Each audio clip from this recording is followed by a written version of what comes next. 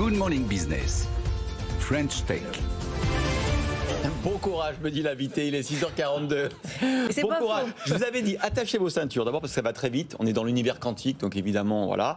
Et c'est très compliqué. Mais pas tant que ça, parce qu'au fond, le quantique, c'est génial. Le problème du quantique, c'est qu'il y a un bruit, une sorte de bruit qui fait qu'il y a des erreurs. Vous réduisez le bruit quantique. C'est pas beau ce que je viens de dire ? Pas mal. C'est ça, votre technologie ? Exactement, c'est-à-dire que nous, le bruit dont vous parlez, c'est le fait qu'on vit dans un monde classique qui est très bruyant et que pour construire un ordinateur quantique, il faut réussir à résoudre un paradoxe qui est que d'un côté, on veut que ce soit un ordinateur, une machine qu'on peut contrôler, et en même temps, il faut que ce soit une machine quantique, donc qu'elle soit parfaitement isolée. Et combiner les deux, c'est très difficile. Et vous faites ce que n'arrive pas à faire Google. Ouais. On est au coude à coude. Notre approche permet de le faire considérablement plus simplement. C'est-à-dire, on a montré qu'on pouvait le faire avec 60 fois moins de bits quantiques, c'est-à-dire une machine 60 fois plus petite, 60 fois plus simple. Et alors, pour réaliser cette isolation quantique, vous êtes 3 fois plus froid que le froid sidéral. 100 fois. 100 fois. Oui, c'est-à-dire que nos puces, qui sont des circuits imprimés, sont refroidis à quelques millièmes de Kelvin, donc quelques millièmes de degrés au-dessus du zéro absolu. Bon, on laisse la parole à Anthony. Non, merci. Non mais faut nous dire à quoi ça sert. Mais c'est ça en fait, non, mais c'est exactement ça. C'est-à-dire que bon là c'est hyper intéressant. Alors, non, moi je voudrais juste quand même un mot sur qu'est-ce que c'est qu'un qubit SHA, parce que j'ai vu que vous mêliez donc les qubits qui sont les unités de mesure de l'informatique quantique avec c'est quoi le chat de Schrödinger, c'est ça?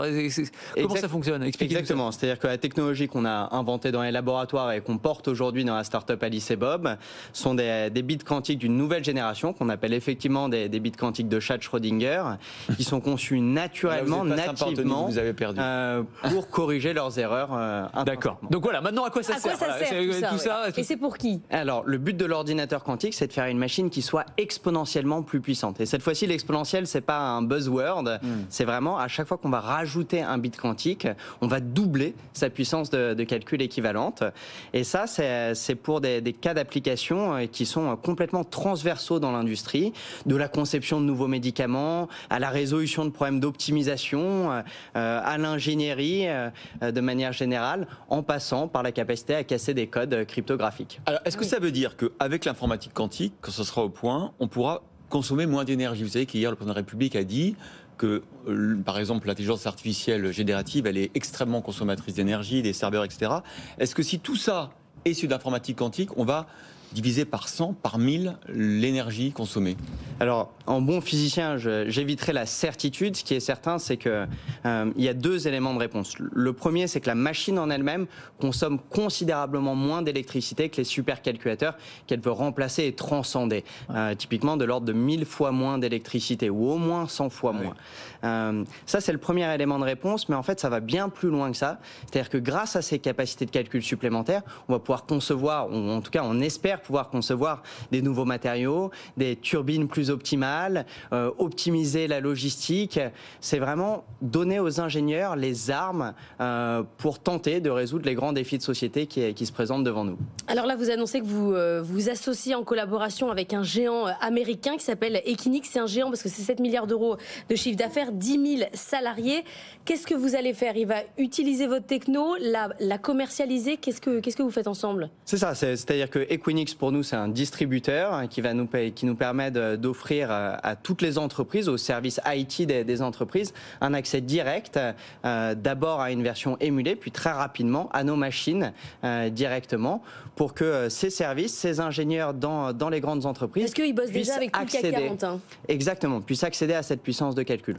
On va prochainement annoncer d'autres canaux de distribution. OVH a également annoncé l'accès à nos systèmes émulés et on espère bientôt à des vraies machines. Mais donc ça veut dire que la technologie quantique, c'est une réalité aujourd'hui. C'est-à-dire que moi, dans ma tête, et je pense dans la tête de beaucoup de gens, c'est encore des trucs de laboratoire de recherche qui ne verront le jour que dans quelques années, voire quelques décennies. Là, vous nous dites, en fait, il y a des entreprises qui, aujourd'hui, ont accès concrètement à cette puissance-là, à ces machines-là. C'est-à-dire qu'aujourd'hui, il ne faut pas se méprendre. Il n'y a aucun ordinateur quantique qui ne bat des calculateurs classiques à un temps soit peu puissant.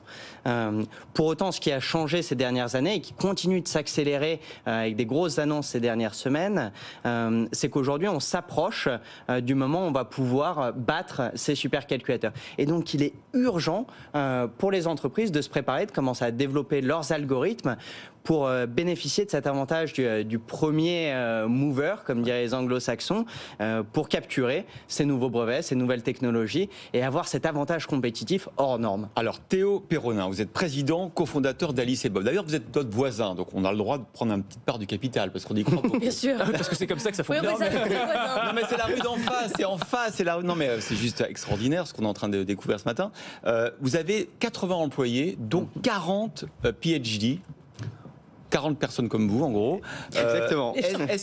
Les gens comme vous, ceux qui ont des PhD. Est-ce que non, vous avez, en plus, vous avez les mains dans le cambouis, vous êtes entrepreneur, vous avez développé votre boîte. Est-ce qu'on va y arriver en France? Est-ce qu'on peut avoir un rôle de premier plan dans l'informatique quantique? On a loupé plein de choses, des technologies dans le passé. Est-ce que dans ce domaine-là, les cerveaux, on les a, la preuve. Est-ce qu'on a l'argent?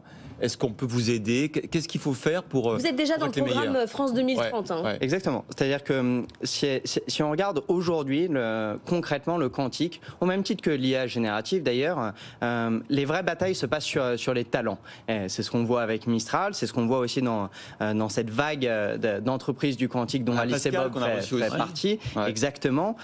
Et la France est particulièrement bien équipée en cerveau, parce qu'on n'est pas très bon pour former les masses en maths, mais on est très bon pour former une élite scientifique. Et c'est ça ce qu'on exploite. Maintenant, la question qui pique, c'est celle des capitaux. C'est celle de se donner les moyens de ses ambitions.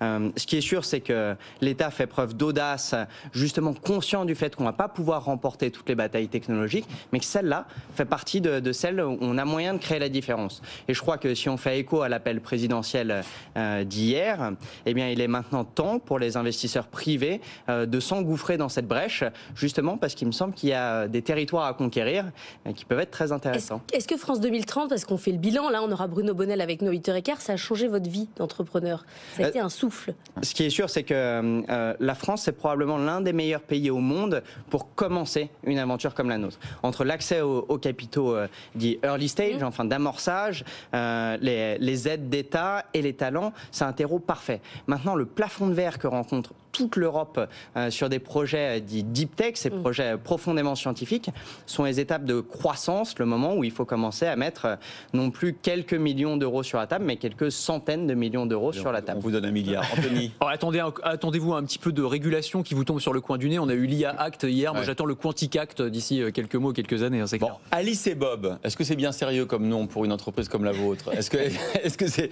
un nom pour s'internationaliser? C'est une petite blague privée des physiciens, puisque ça correspond aux deux personnages types qui représentent le point A et le point B dans les exercices de physique et de cryptographie. Donc en fait, c'était très sérieux. En fait, c'était un très bon nom. Merci beaucoup Théo Perronin, président et cofondateur, d'avoir été notre invité dans la matinale de Good Morning Business.